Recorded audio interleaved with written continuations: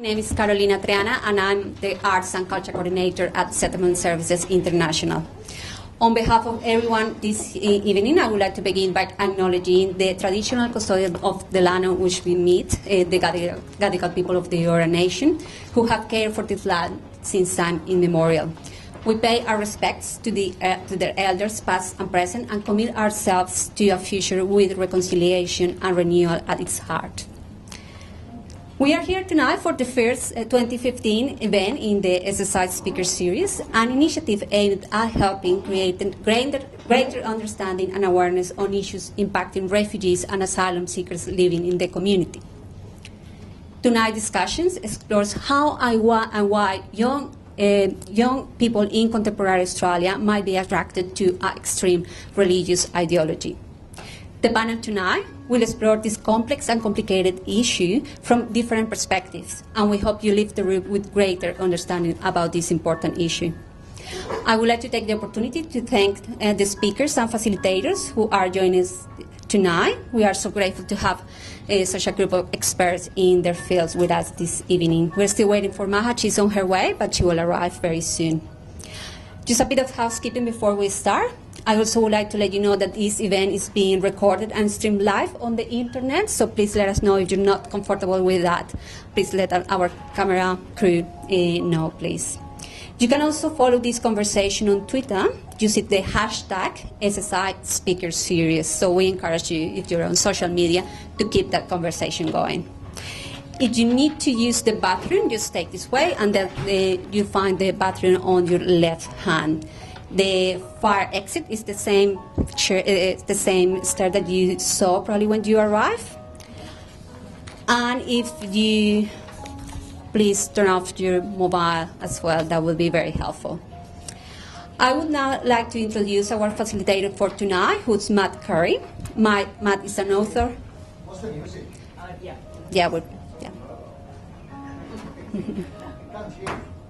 Yeah, sorry about that. Thank you, Alice. It's amazing. Yeah, just to put you in a right mood. So coming back to Matt is an author and journalist. He's the editor of The Point magazine, a federally funded online monthly magazine produced by Multicultural New South Wales, which covers stuff related to multicultural youth. Matt has worked as a foreign correspondent in Indonesia, Burma, Japan, and China, as well as for CNN. He has just completed a book that he researched while traveling through Afghanistan as an independent journalist. Thank you, Matt, for joining us tonight, and all the speakers in the panel.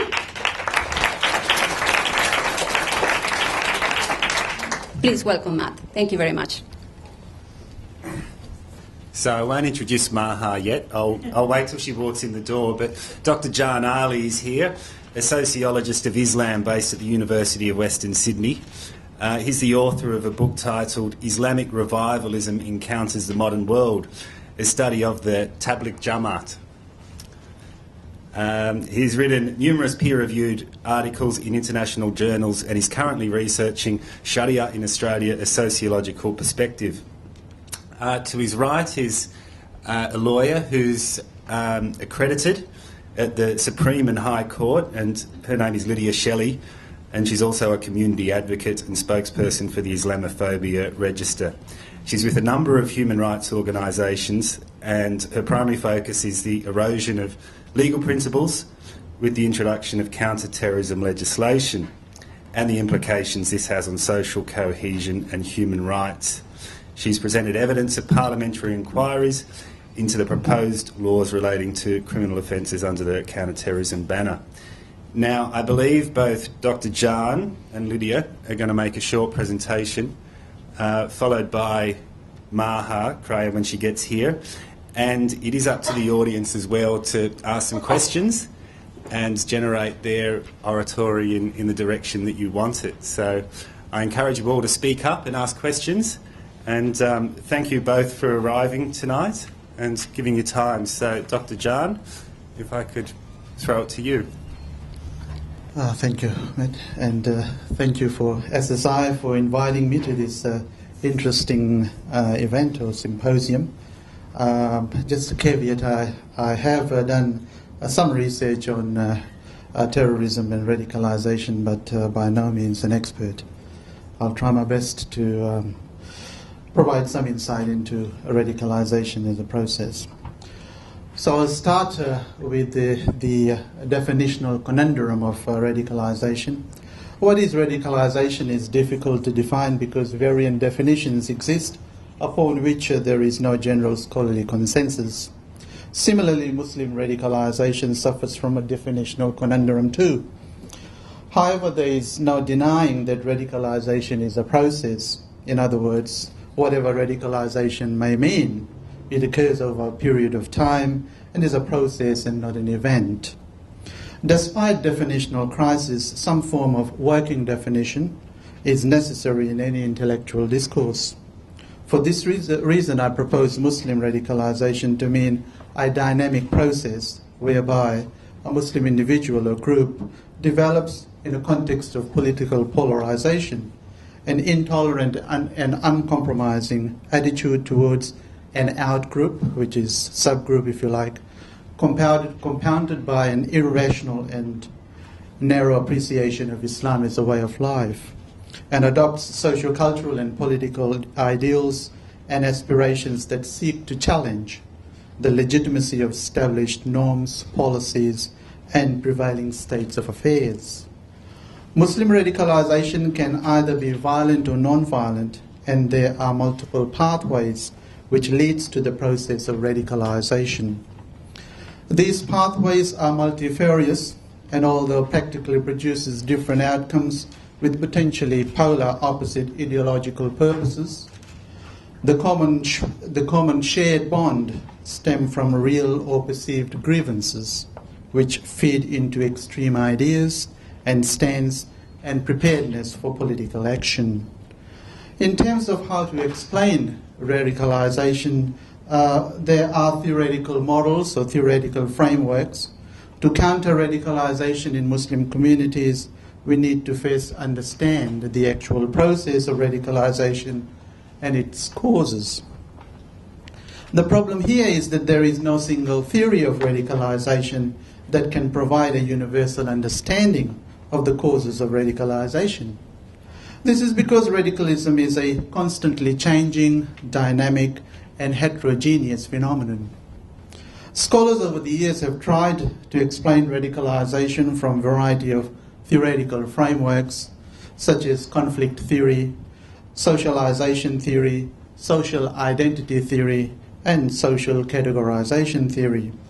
For example, social categorization is a cognitive process through which individuals reinforce their social identity by underscoring intra-group closeness and interconnectedness and intergroup differences. Individuals are grouped into similar or different people based on their social, cultural, economic, and political distinctions. Such distinctions demarcate the world into us and them, creating sharp boundaries as well as the systems of meaning integral to the group, which eventually pave way for a set of behaviours distinct from the remaining members of the larger society. What causes radicalization? It has been suggested that Muslim radicals end up becoming terrorists because they are mentally ill or psychopathic. However, the literature suggests that Muslim radicalization seems to be an objection against provided a perceived wrongdoing against fellow Muslims, either locally or in overseas countries. Those so-called radical Muslims identify the Middle Eastern countries such as Palestine and Syria, where Muslims are understood to be living in terrible conditions, the making of which are attributed to the West, to be living in West, to be the sources of their grievances and intense outrage. American and Israeli actions in the Middle East, foreign policies, are some of the reasons which actually give rise to radicalization. The radicalized Muslim then, in this sense, don't have to be necessarily big victims themselves, but the sympathizers who feel bad about their fellow faithfuls. Such causes as political discontent, a culture of alienation and humiliation, and the urge for revenge against acts of repression motivate radicalization or radical Muslims to resort to socially unorthodox political tactics and actions. So what should we do? I propose that more research needs to be done to better understand the process of radicalization, to start before we actually before we embark on the de-radicalization process. Currently, the lack of empirical data and lack of scholarly collaboration within large parts of the field of radicalization and terrorism studies have failed to help the authorities design models that can tackle the phenomenon with maximum impact, and there seems to be a political desire for action which seeks to penalize Muslim radicals instead of seeking to de-radicalize, desensitize, and re-socialize them. Many models used seem to be based on simplification of a very complex reality. So in terms of solution, we have got counter-radicalization process in action or de-radicalization. Given that radicalization is vague, so is de-radicalization. The counter-radicalization, a better understanding is needed where the focus is diverted away from placing emphasis on the individual and group ideology to analyzing wider circumstances. Some national programs that might prove helpful in de-radicalization, and the list goes on, but I will just mention three that I think will be a point of departure in this particular context. One is education, two is employment, and the third one is addressing social and economic inequalities and inequities. Thank you. Hello everybody. I'm probably the first person to admit that I shouldn't be up here. There are a lot more eloquent and articulate speakers on this issue than I, but if you humour me, I'll go through some of the issues that I think are most pressing. And I find it quite ironic and quite frightening that we're here tonight on the 4th anniversary of the Syrian conflict, as well as on the eve before the metadata bill is going to be further debated or perhaps passed in our parliament. This bill is not consistent with core democratic values, and it's disproportionate, and it's a very, very dangerous step for a democracy to take. It won't make us safer, it won't protect us from terrorism or major crime. The government has not provided any hard evidence to substantiate its claim that it will. Overseas experience and evidence indicates otherwise. There is no need for great haste other than the government's fabricated urgency driven by internal and electoral politics to have this passed. We've been told that we have nothing to fear regarding this bill, but can I say we have absolutely everything to fear. And I call on the Australian Labor Party to oppose the bill in its entirety. However, the metadata bill really joins a long list of legislative responses to radicalisation and terrorism introduced by the Abbott government and supported by the opposition. Legislative responses that really are founded on a very poor understanding of what radicalisation is. Passed in very little time, so the Australian public and indeed most of the people that are in Parliament have very little idea about how that impacts on social cohesion, on human rights, on our obligations under international law, on civil liberties. We've been sold this faulty paradigm, which is basically that in order to ensure our security, that we need to sacrifice civil liberties. There's no evidence to suggest that that's indeed the paradigm that works. The government's response so far to radicalisation and extremism is to commit $630 million to law enforcement and intelligence agencies over 4 years, and that sounds great. However, out of that $630 million, only $13.4 million has been directed towards community engagement. So that's less than 2%. So less than 2%. The rest of the money is going towards law enforcement, and I have very big issues with that. Out of that $13.4 million over the 4 years, just $1 million has been offered for community de-radicalisation this year across the country. So one-off, one-year grants of $50,000 are available to local organisations, and with respect, that is completely and utterly ridiculous. It's woeful.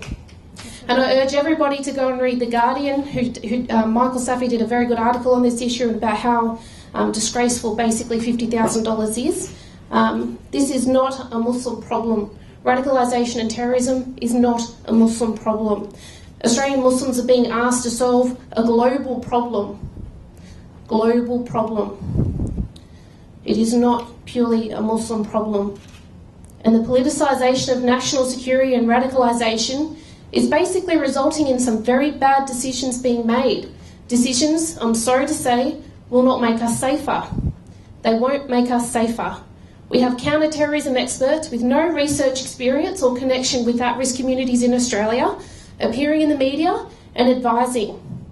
So radicalisation and terrorism, unfortunately, are our new cash cows.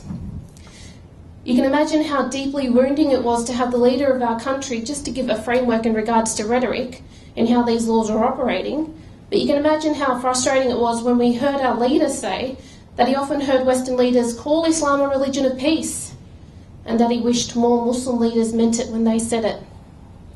Can I say, as a female community advocate, when we denounce terrorism, violence and campaign for tolerance, inclusion and engagement, when we expose racism or Islamophobia, it comes at an incredibly high personal cost.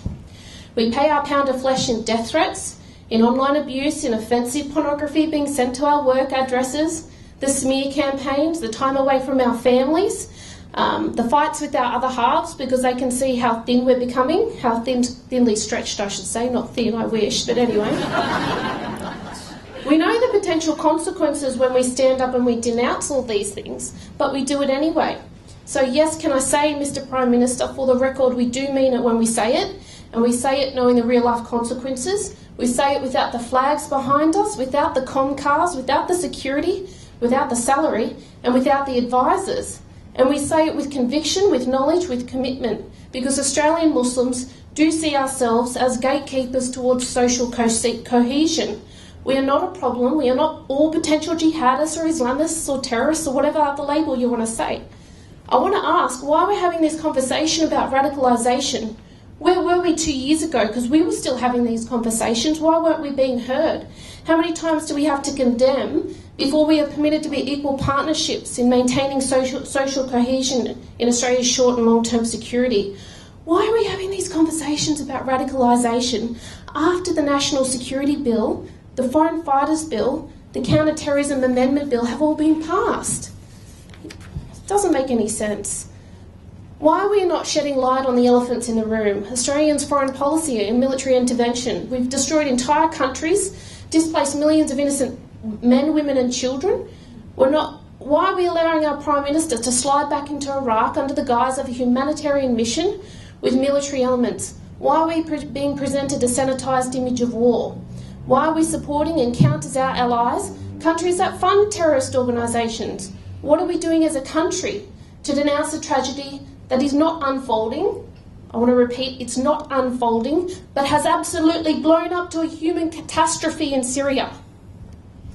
As Randa Abdel stated last year, we cannot cut down the trees of terrorism while simultaneously planting the seeds. Global events and Australia's response to them needs to be factored in when determining how we're going to keep our country safe. We can't live in isolation. Global events matter. Our response to global events matter. Religion, particularly Islam, is not a pathway of violent extremism or towards radicalisation. This assertion is supported by research into counter-terrorism. Radicalisation must not continue to be viewed through a religious or racial lens. Can't happen anymore. Racial or religious profiling is as useless as a you-know-what on a bull. Okay? It doesn't work to identify criminality. It doesn't work, it won't keep us safer, so please let's just stop doing it. Now, finally, I know I'm out of time, but we have to stop talking about our youth as if they're lurking in the shadows waiting to join a death cult. We're not talking about words on paper or statistics. We're talking about people. People. Radicalisation is a social problem where a purely legal response, and remember I'm a lawyer speaking, it's hard for me to say this, but purely a legal response will fail. It'll fail to address the issues. It won't even touch the sides, ladies and gentlemen. It does, however, feed into the perception that laws will be used to target Muslims and that they are unjust, that the leaders of our country are more concerned with extending policies of hypocrisy than policies of engagement, social cohesion and inclusion, and that is a danger. So stop talking about people at risk, start talking to them. Stop investing in more enforcement and security agencies in order to foster a tough on crime image for the polls. Invest in the soft policies of access to education, justice, mental health, family restoration, employment opportunities and role models. Stop curtailing civil liberties and start respecting them. Stop entering the dialogue on an unequal footing, where you assume that Islam is violent and that I as a Muslim am both the oppressed and the oppressor. Sort out the engagement with the New South Wales Police and the AFP, whether real or as a matter of perception. By engaging with communities purely at the end of the baton, you really risk a long-term crisis in community engagement. Stop undermining the many grassroots level advocates and true community leaders with your rhetoric in an attempt to divert attention away from unsustainable leadership and unsustainable policies. This is counterproductive. This is dog whistle politics that sets up an us against them dichotomy. This has got to stop. So I'm not disregarding personal capacity or ownership when someone makes a decision to take up arms. I'm not justifying that whatsoever. However, sophisticated and an informed decision about radicalisation and terrorism, can I say, is completely overdue. When a young person intends to go overseas to fight, when they're viewing online extremism images, the damage is done. What are we doing as a country to support our youth before they get to that point? We continue to fail them. We continue to fail our youth. What are we doing as a country to take ownership of helping breed the breeding grounds for extremism when we engage in military intervention?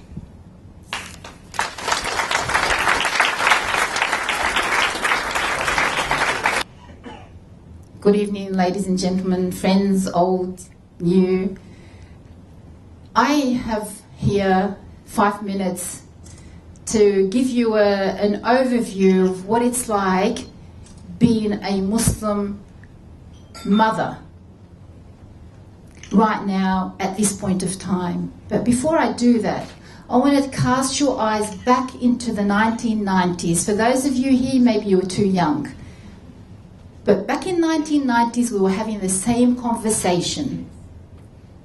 And we've been saying over and over again that the issue is not about legalising or delegalising or doing all sorts. It's about putting your funding where programs are working. There are plenty of good programs that are dealing with issues to do with family restoration, domestic violence, mental health issues, trauma issues. There are so many young people. This is not about putting $50,000 in the pocket of certain organisations to provide a Band-Aid solution. We don't want to provide or be given that money to provide Band-Aid solutions. The Muslim Women Association that I head, from day one, when this money came on, the bucket of money, we were handed and said, do this under the banner of de-radicalisation. We said, no, we have no one to de-radicalise. We want to do early intervention. We want to work with those young people that back in 1992, they were in kindergarten. And we were saying it loud and clear that these kids have been pushed back into corners, been bullied and been labelled, named and shamed because they belong to a particular religion or a particular race. Where are your policies? And what are we doing about that? It's fallen on deaf ears. Because every time we are supposed to be consulted, the consultation is about ticking the box.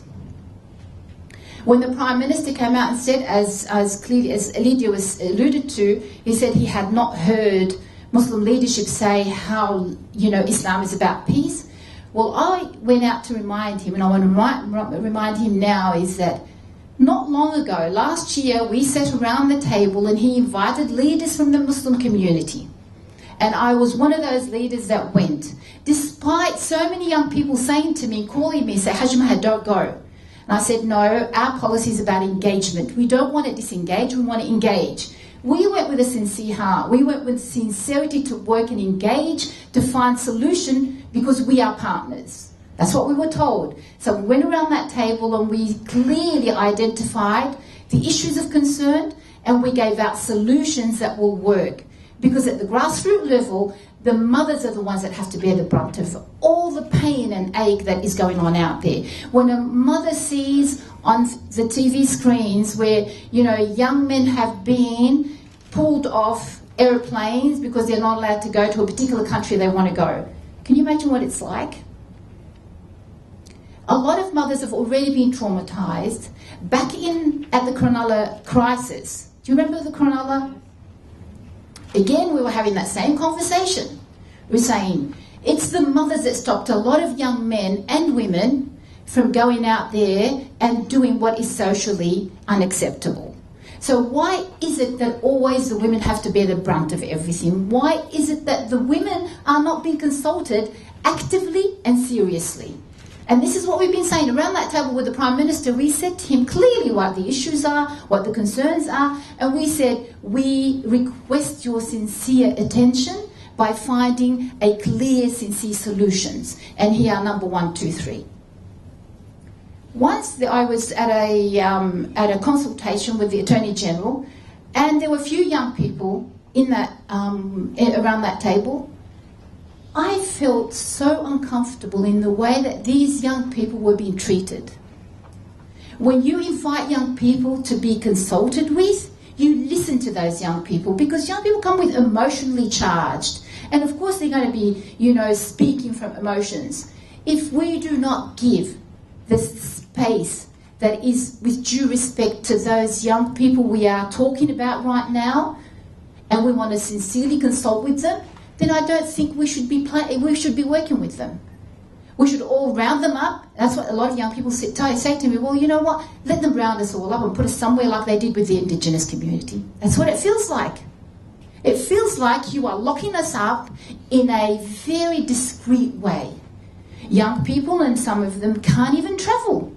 You can't pick up and say, well, I want to go to wherever you want to go, because there's a question mark about why you're going, where you're going, what are you going to do, who are you going to see, where are you going to do, blah, blah, blah. So mothers are saying to their children, don't go anywhere. So imagine when you are a prisoner in your own home, when you are interacting, working and studying with other people who can freely travel the world. You aspire to travel the world and experience the world, but now for some reason, because you happen to belong to to Islam as a religion in Australia, you are not free to travel. And even if you do travel, you feel like, as if that's what some of the people have said, mothers have said to me, we feel like our children are being followed, or they're being targeted. How many young people have been pulled off planes in the last couple of weeks? And how many have been charged? That's a question we all need to ask. Unless each one of us, as Australian citizens, as caring people, come together to really work hard on making sure that the civil liberty and rights of all of us is not being tampered with. Because at the moment, just because it doesn't happen to me, it's okay. But you know what? It's going to affect us all. And the fear that we're all talking about, they all experience, we fear it. But our fears is double and sometimes triple. Because as women and as mothers, we do fear for our lives, we fear for our children. And as Lydia was saying, when we get out to speak, we have been targeted. And I think that's what, if anything, I want to ask you around the room, humbly, to think about the meaning of fear for you. When you walk out of that, from that building, how do you feel walking down the street by yourself? For me, I want you to think about it. Because it's not about de-radicalisation. This is not about the terrorists that are out there. We have terrorism that is within us, that is breeding fear within us, that is having a social impact on all of us, not being able to live freely and passionately as people of all walks of life. Because Australia prides itself on, hey mate, a free country where we can live together. What is happening to those social fabrics that I grew up on? That all of us, we need to rebuild that trust, and we need to overcome that. It's not about you can have laws and you can have laws, but it's about those laws that are having those impact on our generation, our future generation. I do not want to be able to feel or see that young people cannot speak their mind. And it is what's happening right now is something that we are fearing. And as mothers, we fear sending our children, our young men and women, anywhere on their own. Can you imagine a young mother said to me the other day, my son had to go to a job interview and I wouldn't let him go on the train by himself. And I don't blame her. What young man would want his mother to be following him around? And he said to her, walk 10 steps behind me, Mum. And she said, no, I'm going to work right behind you, right beside you. So these are things that we can always talk about being victimised, but I think here it's about really finding solutions together with like-minded people where we really don't have to talk about the same thing next year and next month and the year ahead. And hopefully we can have that conversation and clarify some of those issues and build alliances where we can work together and walk that path together that is really very, very shaky ground that we're all on at the moment. Thank you so much.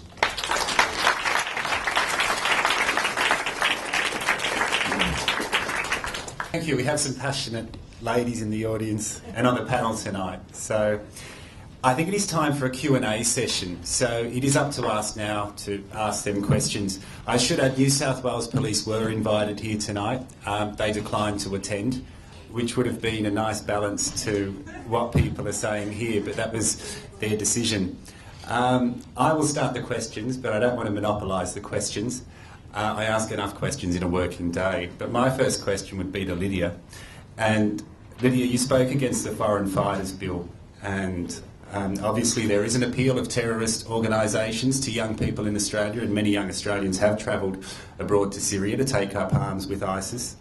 That legislation has been revised to ensure that terrorist organisations are included in the Foreign Incursions Act. So those fighting for a terrorist organisation against Australia's interests are included in that. The main reason for that is that it has been found by global research that Muslims who fight for terrorist organisations do come back to countries and involve splinter networks of terrorist organisations such as Jemaah Islamiyah in Indonesia, and have been responsible for many terrorist attacks across the Western world. If you do disagree with the Foreign Fighters Bill, what do you propose as a solution for Australians who are going abroad to fight with terrorist organisations? Can I say, if I had the answer to that question, I don't think I'd be sitting here tonight. I think I'd be in somewhere else. But in any event, I presented at the parliamentary inquiry in relation to the Foreign Fighters Bill. I think it is a travesty that it even was passed. Essentially, it fundamentally impacts long-standing legal principles, including things like the burden of proof and presumption of innocence. So firstly, to take it back a step, if we're going to combat an issue or have a legal framework in place, let's get it right and let's not rush through it, and let's think about what the potential implications are going to be. Even in relation to going overseas and fighting for a terrorist organisation, that was always against the law. The Foreign Fighters Bill didn't criminalise fighting in a terrorist organisation. That was always against the law. So that's a bit of a red herring that's been sold. There's also a substantial number of provisions that were in the Foreign Fighters Bill. It wasn't just the declared areas offence that was put in place. The declared areas offence actually doesn't criminalise fighting overseas. What it does is it criminalises travel. Criminalises you staying in a certain area that's been declared. To date, it's only been Raqqa in Syria and Mosul in Iraq. That's the next one coming up. So, yeah, even in relation to going overseas to those areas, it's just a travel. Unless you're there for a sole purpose, which is defined in the Act, it doesn't actually criminalise the actual fighting. Most concerning for me, though, as a true person who believes in civil liberties, there was the advocating terrorism provision, which is so expansively drafted that if you supported Nelson Mandela in South Africa when he was against the apartheid, you could potentially be classified as a terrorist. If you were supporting Fretlin you could be charged under that offence. If you possibly are supporting West Papua, there you go, under the same offence. So I mean, in terms of what we're actually addressing, it's being sold under this guise of let's go after terrorism, let's have a strong legislative approach. The potential implications are so huge and so unknown because we haven't, as a country, had that important conversation about how it's going to impact on civil liberties, how it's going to impact on human rights, how it's going to impact on fundamental legal principles, why these are a bad idea, why these laws are proportionate in the first place, what was wrong with the old laws. We haven't had that conversation yet. In any event, the horse is bolted.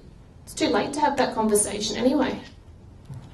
And as a follow-up question, with metadata, as a defence lawyer, if a telco was forced to hang on to company for 2 years, as is the case in the metadata legislation, wouldn't that be a privilege as a defence lawyer to be able to draw on that evidence to prove that your client is in fact innocent? So if clients are innocent, what do we have to be scared of from metadata? But this whole idea really bothers me, that if you have nothing to hide, you have nothing to fear. And quite frankly, it's all bullcrap. It's bullcrap, utter bullocks, right? It's rubbish. Rubbish. The metadata bill is the worst bill, I think, to date. There's only one other country that is that I think has the 2-year retention period, which there's no evidence to support that 2 years is needed. No evidence to support that 2 years, having that 2-year data retention period actually assist operations or police intelligence. That's just all rubbish as well. And that's Poland, I think. And in any event, the metadata bill, there's no evidence to suggest it's going to make us safer. In terms of what you're advocating, as a defence lawyer, I would say that asking the entire country to foot the bill of an unknown cost, where data, the actual content of which they'll retain, isn't even defined in the Act, is incredibly scary, and it's not a path that I'll go down.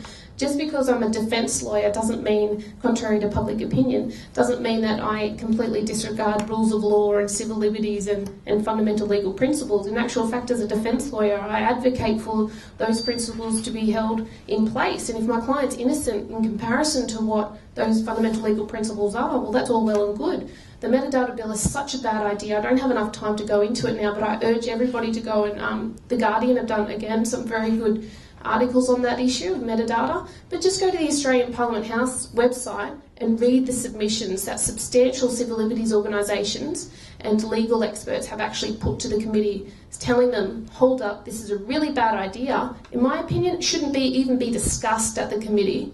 It's such a draft in its infancy. The draft bill should be sent back, shouldn't even be debated at the parliamentary inquiry. And they've done us all a great disservice. Obviously, there's a lot of young Australian Muslim women travelling across to Syria as well to somehow support ISIS. Well, if we are to believe press reports and information coming from security agencies, that's certainly the information. So my question to you, Maha, would be what should be done to prevent this from occurring? And if it is occurring, how dangerous is it for the rest of us? Yeah, I think I'll turn that question around. If there are women travelling, I'd like to know who they are, how many are there, and where they are. I want anecdotal evidence. I don't want hearsay. I don't want just to hear that people, yes, some going, who are they? Where are they? If we are partners, real partners in this so-called terrorising, radicalising of young women, then we want to be sincere, true partners. And true partners need to know some information before we can actually go down and say, well, yeah, maybe it's to do with poverty, maybe it's to do with family, breakup. Whatever the cause is, I don't want to be sitting here at the table pretending to know the answer, because I don't know who they are and what the causes are. If they are religious, then we'll go to the religious issue. If it's social, then we look at the social.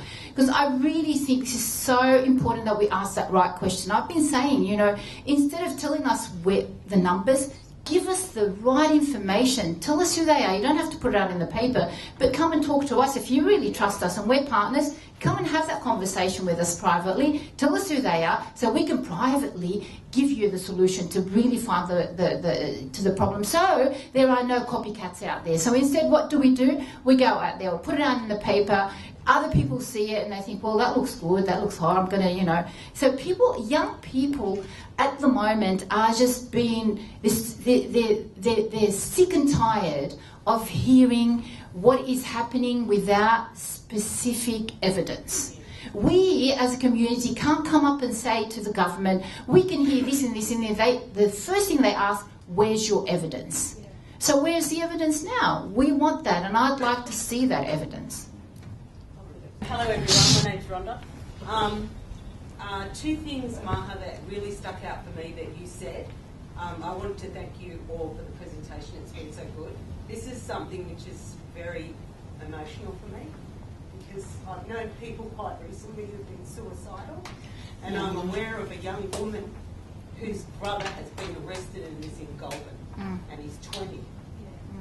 Now, the two things which stuck out for me was the fact of mothers, and that mothers are the key to it, and also the collaboration, and the thing that you said which really stuck out for me, because I've actually written a discussion paper on this and was about to actually contact the organisers of this organisation and say, let's make a meeting, and then voila, thanks. That's good. Was make a space for young people to speak, make a space for them, because that is so critical, and I would like to know, I think we have to really acknowledge we're operating in a very, very hostile environment. I don't think we can get away from that, and I suppose my question would be, how can we do this without being dependent on government? Because I think if we're waiting for that, we might be waiting. This started back when those planes hit those towers. Way before, mate. I was working for Ethnic Childcare Community Services, it's had a name change, and a booklet came out for children in childcare who were upset when they went to childcare because of what happened, you know, with the planes, and the TV kept showing those planes hitting the towers and again and again and again, right? And when I opened the book, and I was working in an advocacy role for ethnic children, and I'm looking for the book, and I'm reading the book. There was nothing for Muslim children in there, nothing. And I said to my boss, where is for Muslim children? It was put out by a major children's services organisation. We've got to get it from that level up. I'll volunteer. Can I say, you know, with due respect to the government, whether if we're talking, we've got to differentiate between federal and state. When we're talking about the state government, I know wholeheartedly that there is a great partnership between the state government here in New South Wales, and you know, there are various issues that we've taken up and the government has taken up and worked very closely with us. At the federal level, there's no listening. We've got to clearly clarify that, because that's important. When you're talking about mothers, I've actually got into homes where the mother was unable to speak. She was still shocked, and there's no support out there for the mothers or the girls or even the children that are left in the home. So these are things that we want to take up to the government and to talk about that. There's nothing about, we don't want to do things in isolation of the government, because it's not about, we don't like what they're doing to us. So therefore, I think it's important to work in partnership and clarify the meaning of partnership and the meaning of engagement, because they make the laws, and what's happening in the past, the consultation has not been really consultation. It's just been having a meeting, telling people what they should be doing, ticking the boxes and going out there. But we've been saying it loud and clear that these consultations are not working, and we hope and we want to work this way. So finding the solutions, we have those solutions, but how do we knock on those doors and continuously to knock on those doors is the most important thing, never to give up, because when we give up, we allow for things to happen. And I think around this room here, some of us that have been here for a long, long time in the field, we see if we had given up, certain things would have gone over our heads in such a quick way. So when you talk about the 9/11 issue, there are so many things that have happened after that I think, but it's still not enough. No. It's still not enough. And now we're being seen, it's the same rhetoric under a different banner. So it's under the issue, but the difference is this is a global issue. And we as Australians, doesn't matter who we are or where we come from, we need to put our hands together and work for that purpose of keeping our country safe. And by that I don't mean safe from Muslims. Yes. There are now beginning to be reports that there are young people going to fight for various parties in the Syria-Iraq conflict. Young people from Australia and other Western countries going to fight for the Shia militias, going to fight for the Assyrians. Often people who have no ethnic or religious association with those groups. It's quite likely that this was happening early on. I know there were when the whole civil war started. We heard reports of young Americans going and fighting with Hezbollah. Now, what I want to know is why tonight are we focusing? I mean, we're talking about radicalisation, but we've got 3 Muslims on the panel, and there's an underlying assumption that we're talking about Muslims. This clearly has always been beyond that. When you've got Assyrians fighting, I mean, there was a meeting that was reported in the ABC about Iraq, the Iraqi community coming together to talk about stopping their young people going, and that meeting included Assyrian Christians, it included what are they called? The different sects, the Chaldeans, etc. So they're having an honest discussion about it. So why are we pretending that it's just a Muslim issue? Would someone like to answer?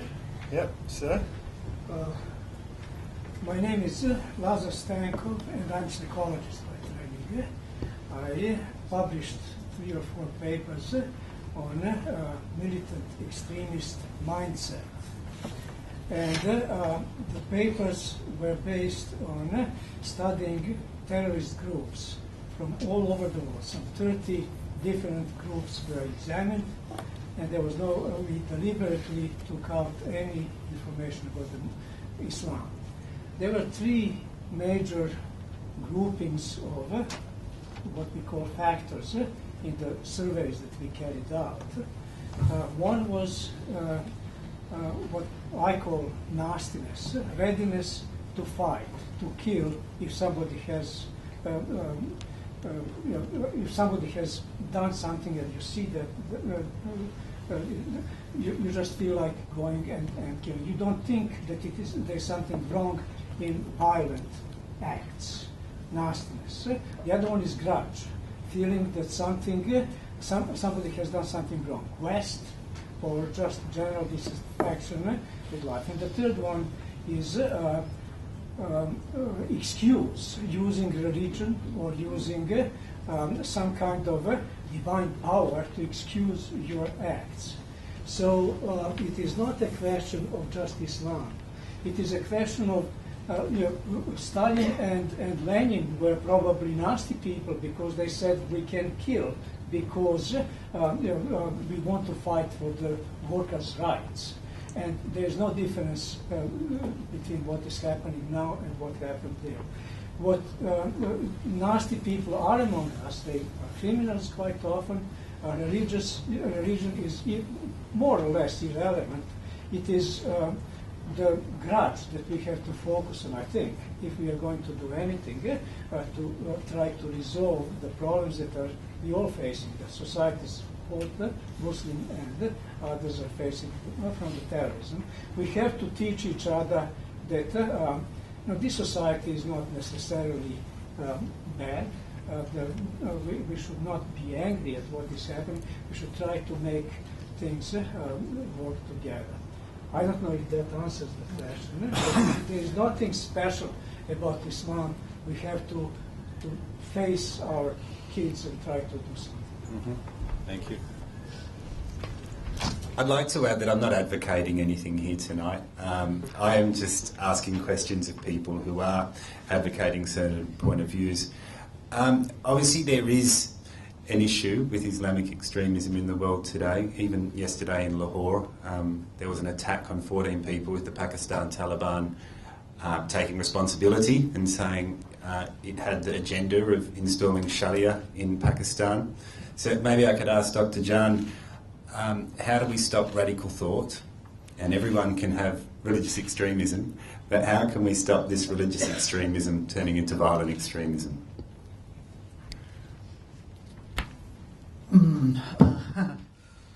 I think in terms of how we stop radicalization, I think I mentioned in my opening remarks that we need to first understand the process of radicalization itself before we sort of look for solutions. I think we have problems on both sides, on the side of understanding and appreciating radicalization, and also on the other extreme, understanding how to resolve this through de-radicalization and counter-terrorism or counter-radicalization approaches. Now, I think the issue starts with defining who defines radicalization, who defines that a particular individual or a particular group is an extremist group or a radicalized group. You will find in social scientific literature, particularly in anthropology and sociology, that this is a major issue. Who defines these terms? And generally speaking, these labels are actually what you will find in social scientific literature are Westocentric in nature. The West decides and determines what is extremism and what is not. You know, there is no such concept or term called Islamism. I mean, Islam and that's it. There is no Islamism. There is no jihadism. I mean, jihad. If you want to talk about jihadist, you know, the term is mujahideen, right? And that's a totally different thing. So these new terms being coined has got a Westocentric tone to it, and I think then to apply it to people such as Muslims becomes problematic. So I think that is where we need to start and begin debating how to understand these concepts, how to label people, or describe people. Having said that, I don't think, as I mentioned, there is no single theory that actually purports to actually address this in comprehensive manner. So we don't actually have a silver bullet, so to speak, as a solution. We need to understand this and explore this from a sociological perspective, which incorporates, you know, legal viewpoints, anthropological viewpoints, cultural viewpoints, religious viewpoints, and looks at a more general process. And I mentioned about pathways into radicalization as a major process. There are pathways, small processes going into and feeding into the bigger major process, radicalization. And there are different pathways into radicalization. For example, you will find that, you will find in the literature, or some people might argue, for example, when September 11th happened, a whole heap of politicians actually said that this has happened because, you know, people are poverty-stricken and they are, you know, unemployed and so forth and so on, and therefore this is what they are doing. Well, that's true sociologically. There are various factors, but the factors don't work independently. Often they work in conjunction with each other. So you might find that someone has finished university, so educated, but then cannot secure a job, unemployment. And so you've got education and unemployment as two processes, you know, going in opposite direction, and eventually, because he can't find job, ends up in the hands of extremist or radical groups. And likewise, there are various other processes that feed into radicalization. And I think from a sociological perspective, I think we need to actually understand these individual processes, how they work, to understand the radicalization process. And I think once we do that, we can then address the problem. So, I mean, it's not a simple, easy answer how we address radicalization of young people. I suppose as an academic and a sociologist, I always try to have a different viewpoint in the sense that the best way is education. So I mean, that will be my first solution. But I have a problem with radicalisation myself. Yeah. One of the things that I found as a really good outcome of all of this mess that we're in is that I'm noticing a lot of young people are more radical. They are more willing to come to demonstrations. They are talking about politics more. You know, I teach in the TAFE system. The TAFE system is being decimated. Yeah. And that is one of the hubs where there's education, the link between education and employment. It doesn't get clearer than TAFE. And it's being so totally undermined and collapsed.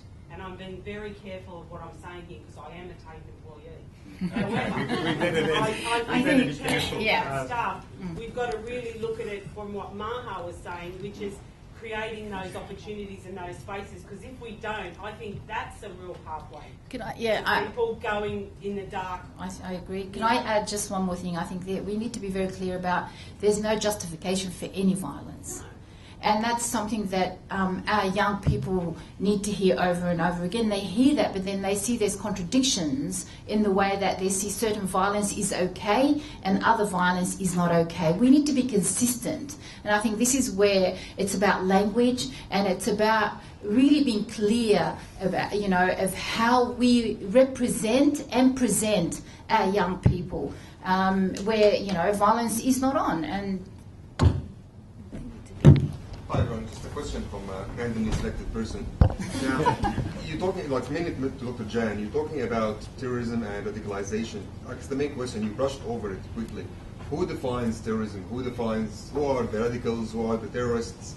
My definition of terrorism is an act of violence that is targeted to create fear for political, religious, or other goals.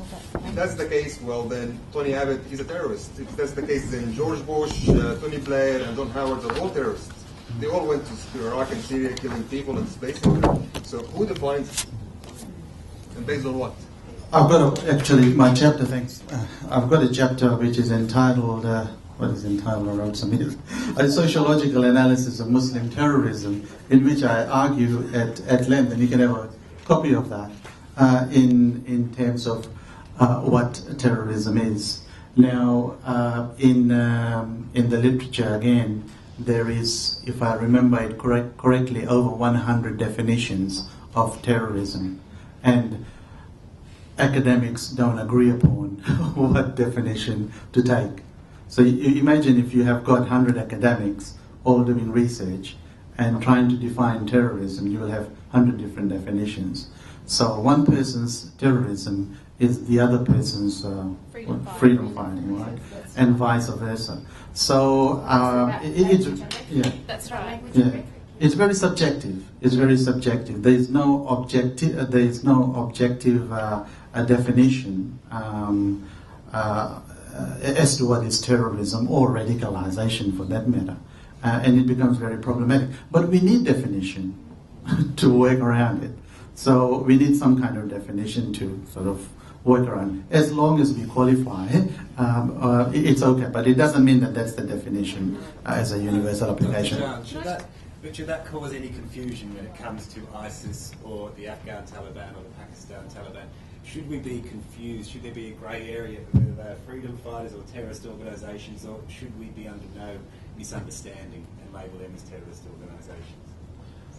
Well, again, I go back to my earlier comment that who decides that this particular group is terrorist? I mean, I'm not saying that Al-Qaeda isn't or is. What I'm saying is that someone has decided that Al-Qaeda is a terrorist organization, and then we have to actually go with that definition, right? Until such time as someone else says, actually, no, this is a more suitable definition. They're not terrorists, but they are something else. But not necessarily freedom fighter, something else. Can I just add something? Sorry. Was anyone else disturbed by American Sniper? I'm never going to see that movie. I was very disturbed by that movie, for starters. But rather than offer my movie critique, the other issue that I was going to say, going back to Haja Maha's issue about rhetoric and language, Peter Wilson, which is a Green senator, got absolutely hauled over the coal stones when he suggested that, going back to what we're discussing, the issue of language and defining someone as terrorism, defining someone as foreign fighters and things like that, he got absolutely caned by one of the Liberal senators for suggesting that perhaps, just perhaps, some of the actions of our own ADF members when they've gone overseas and engaged in military intervention, whether it was in Iraq or Afghanistan, perhaps, just perhaps, the local inhabitants in those countries would view us or would view those members as terrorists. And I don't want it going out there that Lydia Shelly said that ADF members are terrorists, because they're not, and my brother served in the ADF. That's not what I'm saying. What I'm saying is we have to be very clear about the guidelines of how we can engage and how we can initiate dialogue. And in my respectful opinion, we need the grey areas. We need areas of grey in our world, and we need to be able to have the frank discussions regarding what are the limits to those grey areas. Because as soon as we say that is off limits, we cannot discuss this, it's advocating terrorism. If you even breathe a word of dissent, I think that gets incredibly into some very Orwellian charters of life. Well, it closes that space. It closes the space. Is it helpful though? Is it helpful to young Australian Muslims to have this grey area about ISIS, where not even their community leaders can stand up to them and say, these guys are murderous? I'm not saying that there should be a grey area around ISIS. That's not what I want you to take away from what I just said at all. So for everyone listening, I repeat, I'm not saying that there's a grey area over ISIS. What I'm saying is that, going back to what the lady in the audience said, we need to have the youth to be able to engage in these very grey ideas, the challenges, because guess what? Whether we talk about it or not, the issue is there. And can I tell you, if we ignore a problem, it's going to fester. If we refuse to engage in dialogue with anybody about this issue, it's going to fester. We're all going to be going our separate ways. We're not going to be meeting in the middle or pulling the rope in the same line, whatever analogy you want to use. We need to be able to discuss these issues. I find it extraordinary, and I'm guilty of this, and I'm sure some of the other panellists are too. In order to even embark in a discussion about radicalisation and terrorism, I have to make it clear that I don't condone it. So the assumption is that because maybe I'm a Muslim, I must, because I'm advocating civil liberties, I must somehow be sympathetic to terrorism. So the issue is, perhaps if I was just a normal Anglo without a scarf on, you'd be considering that, you'd have the assumption that I already condemn. Seems like I need to jump over this hurdle, that I need to condemn or that I need to denounce terrorism in order to even enter the dialogue. So if that's what I'm facing, and I'm an educated woman, imagine what our youth are feeling.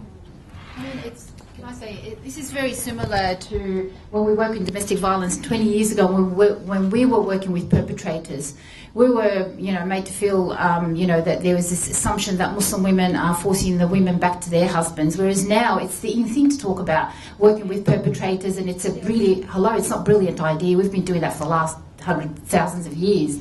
So, but when we got up there and spoke about it, I remember clearly, the feminist movement, which are the very close friends of mine now, but they literally wooed me off the stage because I spoke about how mediation is so important for the safety and security of children and raising healthy children. It's important to work with perpetrators. And the headlines was the next day in South Australia when I was there was like, Muslim women are working with men and they advocate men being violent against their women. So right now I'm thinking, I sit here and I talk about it and I think, why should I have to continuously condemn what everybody is condemning? Why should we have to do it twice and 3 times? And I'm sick and tired of hearing my own voice condemning. I'd like to get to the point of the issue. I have skills, I have experience. We have a solution. Let's sit around the table and talk about the solutions rather than spending half of my time clarifying and justifying why I said what I just said. You know, for us to say, well, don't go from here thinking that we condemn ISIS. Or do we? We don't. Okay. Starting to feel like the devil's advocate. I will make the assumption that some Australian Muslims do support ISIS, certainly the ones that have gone over there.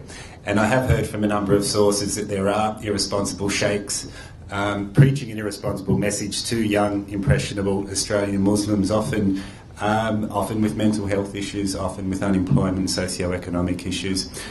What can both the Muslim communities and the broader Australian community do to ensure this irresponsible message is not inflicting young minds?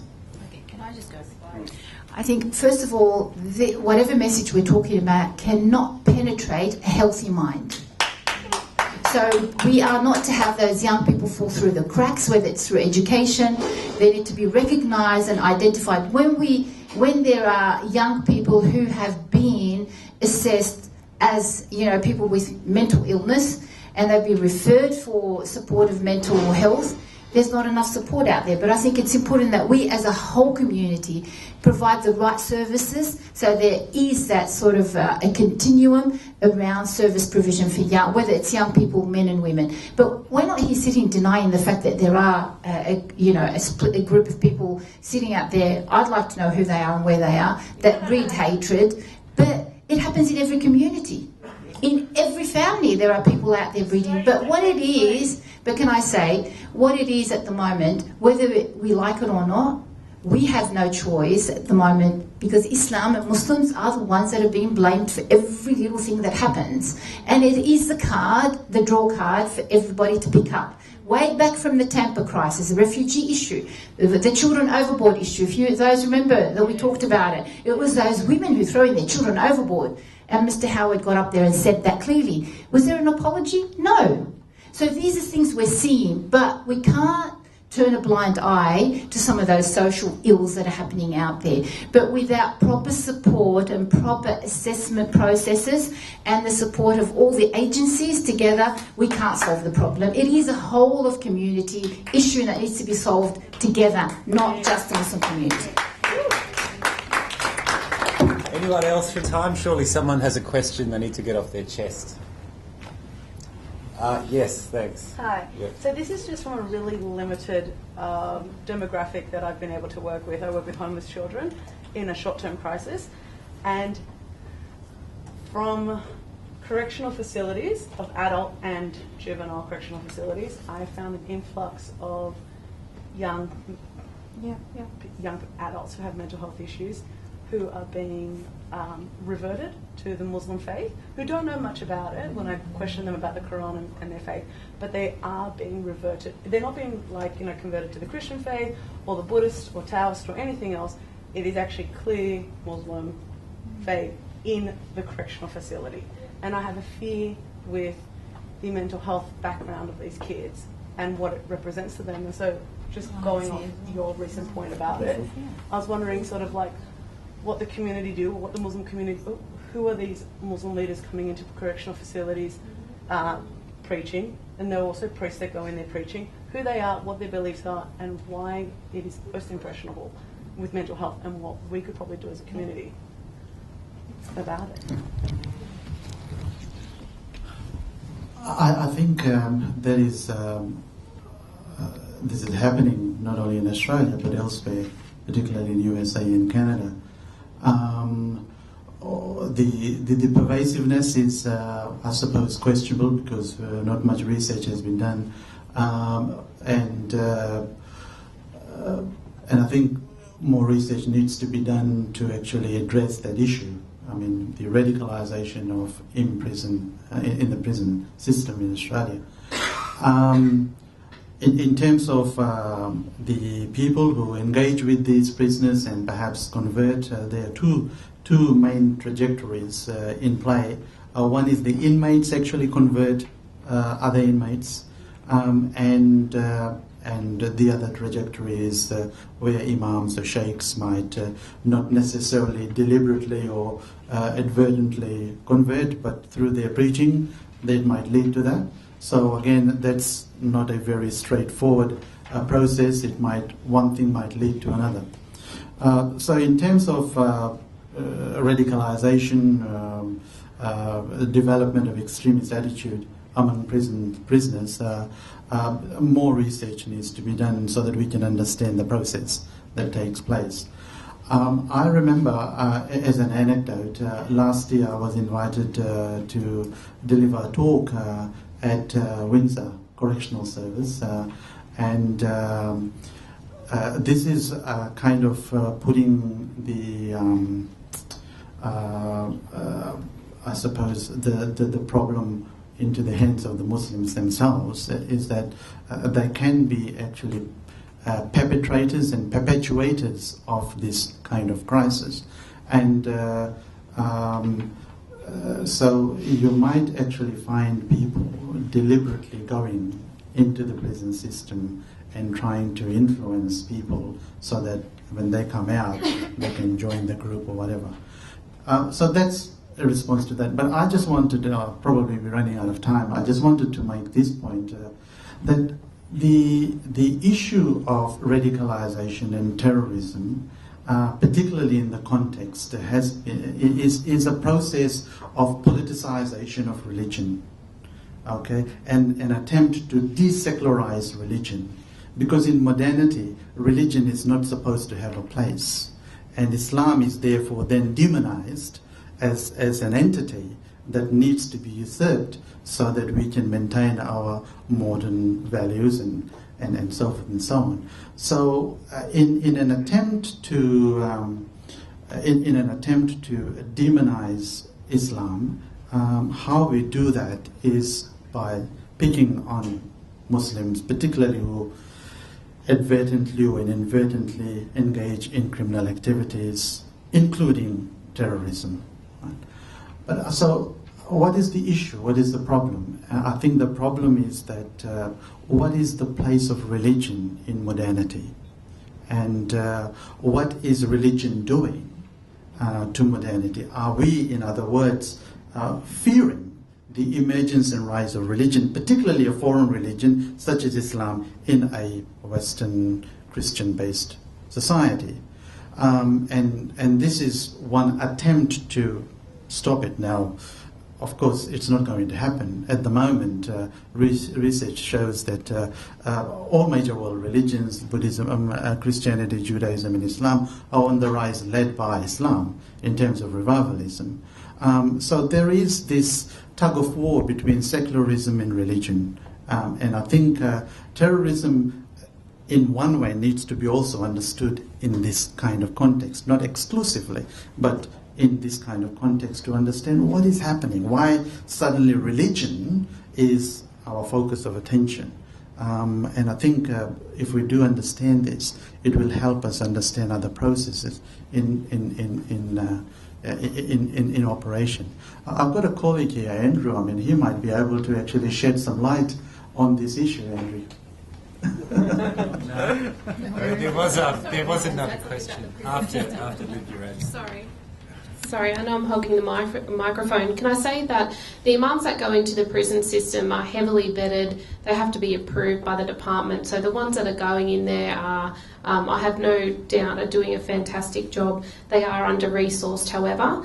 Not all converts that are in the prison system are suddenly on a going down the path of radicalisation. I just wanted to clarify that. There are also a number of inmates who are leaving Islam as well and converting to Christianity and things like that. So that's also an unknown. I'm also not aware of any evidence to suggest that people are committing very serious offences in order to access the criminal justice system to convert anyone to radical Islam. I've never heard about that, and I have no evidence to suggest that whatsoever. But what it does show is that across the board, prisons are a really bad place for rehabilitation.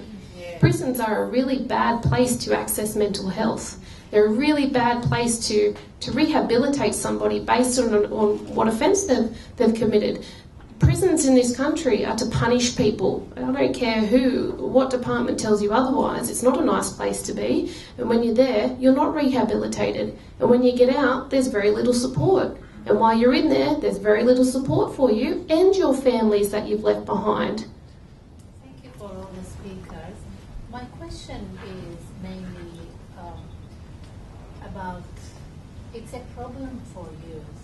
It's not a problem of religion, because it is a distorted aspect of any religion that the youth are clinging to. And it's not just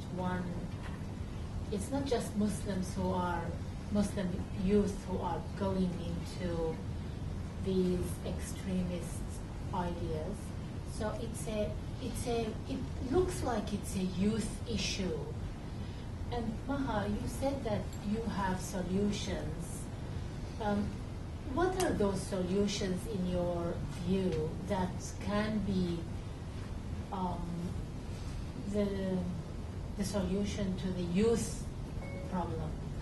Well, before I give solutions, I think the most important solution and strategy would be to sit with young people, listen to what young people are telling us about different social issues, whether to do with homelessness, whether to do with drug and alcohol, whether to do with, mental health issues, poverty, broken homes, all those social issues that are out there that we need to deal with. It is, like you said, it is affecting all young people, and different people have different mechanism of dealing with them.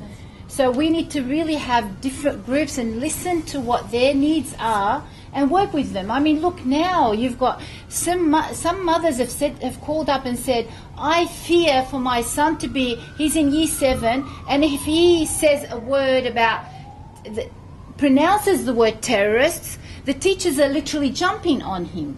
So imagine, this is the effect sometimes of language, or the effect of body language on our young people is having a negative effect on the way that it perpetuates itself. Do you think that there are some identified places where the attitude of teachers or the attitude of the community is contributing to that? Well, I don't know, but I know that where things do exist and where are certain models that we could work with, but I can't, clearly say it enough that we need to bring those young people we are talking about to the table. We don't make decisions on their behalf. Like when we do organise any activities, we sit with young people, whoever the stakeholders are, ask them what their needs are, what the issues of concern, and we take it and we plan accordingly. Right now we're seeing a whole of government approach talking about these terrorised people or terrorists and want to de-radicalise a group that we don't even know. We don't even sit around the table to talk to them. We just wait for them, or some of them, to get on the plane and we bring them off the plane. Why can't we talk to them before they go out there? And why don't we have a program that brings those young people that we know out overseas and start working with them here in New South Wales, if they are from New South Wales? Let's not, push people away. I've heard some people say, well, I'll give them a one-way ticket. This is not about a one-way ticket. These are young Australian people. If we know there are people out there who are fighting, let's invite them back in. Let's not just push them away and say, you're not welcome back.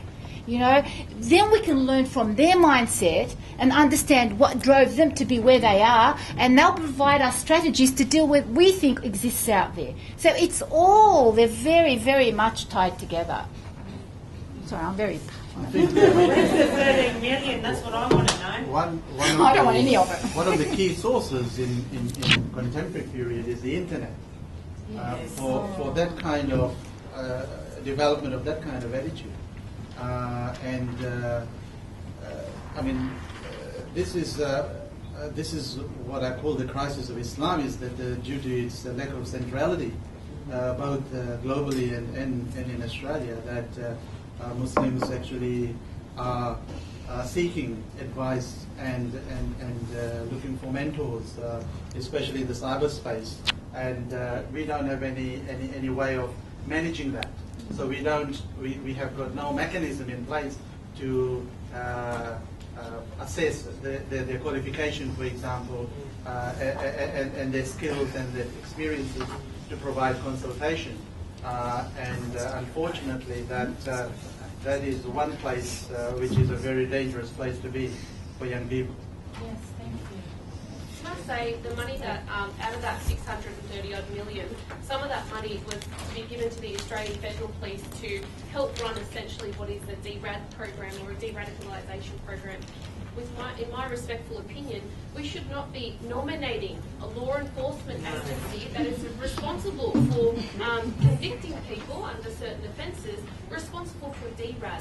Not only has it got a huge problem with who's going to go to the AFP to be, please help me become less radicalised, but I mean, we have our priorities wrong. I don't understand how the Australian Federal Police, and I'm not against policing, I'm against sloppy policing, why the Australian Federal Police are suddenly so concerned with community engagement, why they're so concerned with de-radicalisation, when the whole focus of the Australian Federal Police is to secure prosecutions. That makes absolutely no sense to me.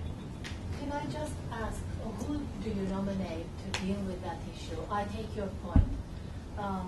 Who do you nominate? Who, in your opinion, would be the right agency to deal with it?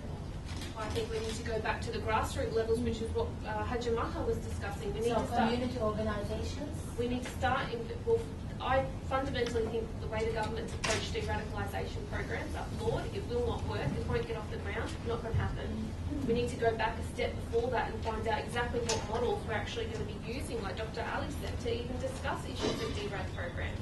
And then we can start thinking about who's going to be responsible for it. But I certainly wouldn't be nominating the Attorney General's Office or the Australian Federal Police or the New South Wales Police or any other state law enforcement agencies to go ahead and be responsible for that program. A lot of Muslims are not aware of programs that exist. Myself and my colleagues, we did a research commissioned by New South Wales Counter-Terrorism Unit regarding de-radicalisation and community engagement.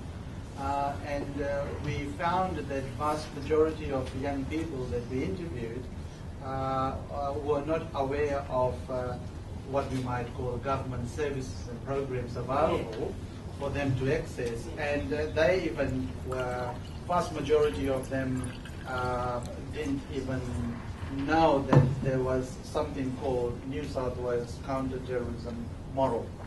And it's a bit complex, so I'm not going to go there, but it was interesting to find that a lot of people were not aware of this model, therefore it was not being properly used, if you like, or utilized by the community. And so we're doing another research now to look into community engagement and policing, how police and community groups can come together to address this issue. Is the research accessible? Can people get copies Well, the earlier research, which we did a report, hasn't been out for public. Really? I mean, I can find out. You can send me an email and I'll see if I can. Can I just add quickly that there has been amazingly productive programs that have been cut. So there's no consistency in programs. That's right. There's been a lot of partnership between government, local government and community organisations, a lot more like consortiums that have worked really hard over the years. But because of government funding cuts, these programs go, so we go back and re-engage again and talk about community engagement. I mean, I remember like years ago, and you'd remember from Ethnic Affairs Commission, you know, when it first was Ethnic Affairs Commission, then it became CRC, Community Relations Commission. What are we now? What are you now? Multicultural New South Wales. There's been amazingly, good creative programs that have been done between, in that space. But where are they, and why are they not continuing? We get we apply for funding. We get 1 year to do a program, and it really gets off, and you create this space for mentoring programs of young people out there. But where's the continuation of those programs? You can't continue something for nothing when all the money is being put into... Go to Sutherland and see the Sutherland Youth Services there, because I was on the board. They're worth millions of dollars. They are having Attorney General funding for mentoring program for at least the last 8 years. Well, let's bring it in. Okay? They had it all along. Quick all question. along they had it. Okay, last question for the night. Just one quick question. You guys have spoken a lot tonight about preventing the radicalisation of peoples and such, but my question is, how do you find out which people are radicalised? Because it's an inherently, I hesitate to use the word, sort of cult-like situation, where obviously the people who are telling them to be extreme and telling them don't tell anyone, you know, don't make it clear, don't make it public. How do you identify people that have been radicalised when the only thing that's really changed is their thought patterns? You can't police people's thoughts. In Australia, particularly in New South Wales, the New South Wales Counter-Terrorism Unit uses its de-radicalisation model, which is based on British model. And in that model, a radicalised individual is one who demonstrates signs of radicalisation through willingness to participate in either engaging directly in causing harm and public infrastructure destruction, or planning, or in fact actually engaging in that. So if we use that model or that definition, then that's how they identify. But that is a very narrow definition, or a definition of a particular government agency. And I'm sure that there are other definitions as well. I was just going to say that it goes back before, you go back a step and you go back to early intervention. It's not about getting somebody too late.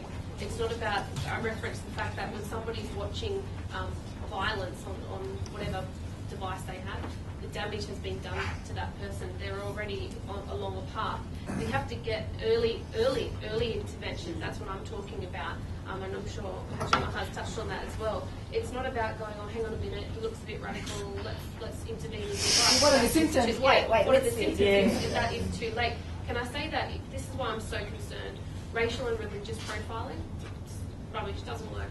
I'm also aware of some of the criticisms attached to the British model of radicalisation. So the fact of the matter is we really need to, as a country and as stakeholders for keeping our country safe and for keeping the global world safe, we need to start having discussions like what you've raised.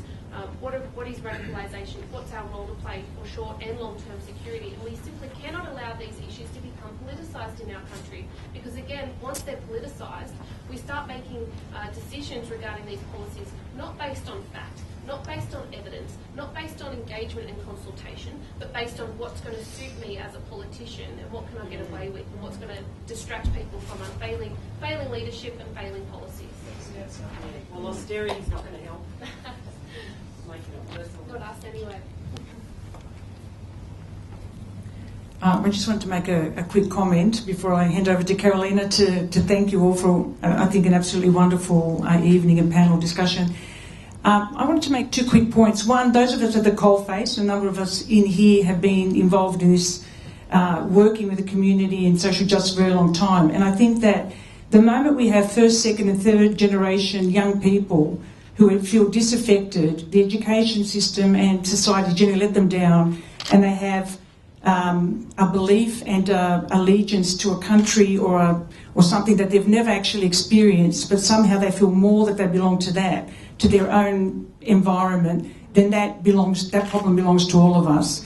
And what really does cause me a lot of grief is when I hear this issue around what is a Muslim community doing about this. And I heard a very amazing imam speaking after the Charlie Hebdo issue, tragedy. And he said, it is a very interesting thing that there's this constant Muslim community. What is the Muslim community? We never hear our politicians talk about what's the Christian community doing about A, B or C? So I think that questioning those sort of things is very important, because all it does is put wedges and stops us from working collectively around finding solutions that really belong to all of us, those problems. And I just wanted to very quickly say that when I was a young girl, and Turkey actually invaded Cyprus. My dad took me along to the Sydney Town Hall with a lot of young men who were saying they were going to leave Australia and go and fight the Turks. And that stuck in my mind, of course. And I think that whole issue of machismo and young men who somehow think that it's a romantic idea to go somewhere and fight is also something that we need to address. I think there's some gender politics there that would be interesting to explore at some stage. So thank you very much to all of you, and I'll hand over to Carolina. Well, thank you very much, Violet, for that. Well, that brings us to the conclusion of this event. I just would like to thank all the speakers and Matt for facilitating this, what has been an insightful discussion. It's been really an interesting, insightful, and I think we're all taking something from this tonight.